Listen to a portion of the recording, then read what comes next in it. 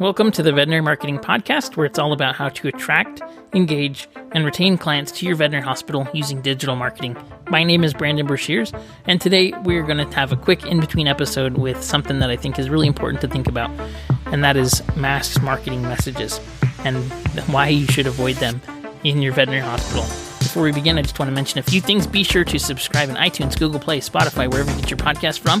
And secondly, be sure to head on over to the Veterinary Marketing Nerds Facebook group. You can get help. It's completely free. Facebook.com/groups/the Veterinary Marketing Nerds. All right, let's jump into today's in-between episode 231 and a half.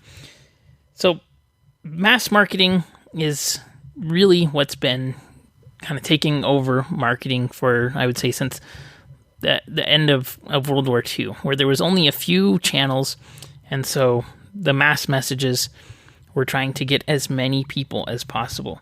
And since the internet has come out, this has really made it not necessary. And if you look at just any kind of store, you look at any kind of brand, there's always segments within brands and stores nowadays.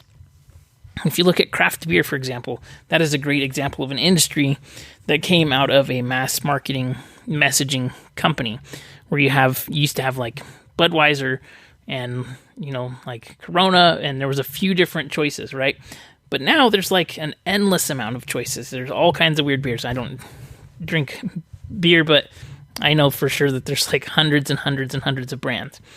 And there's brands that serve different segments based on, like if you exercise a lot, like Michelob Ultra, or there's brands that are like crafty and craft beer and hipsters.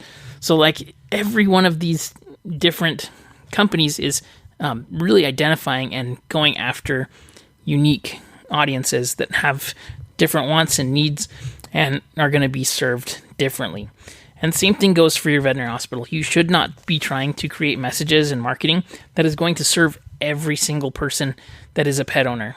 You need to really refine down who it is that you're trying to target, what it is that they actually want and need, and how to convey that in the best way that serves them really, really well. So I hope that this was helpful to you. Next episode, we're going to do a deep dive into this, and I think it's going to be really, really good. So be sure to subscribe. If you have any questions, comments, or you need help with anything, please don't hesitate to reach out. And we'll see you on the next episode. Have a great day, everybody.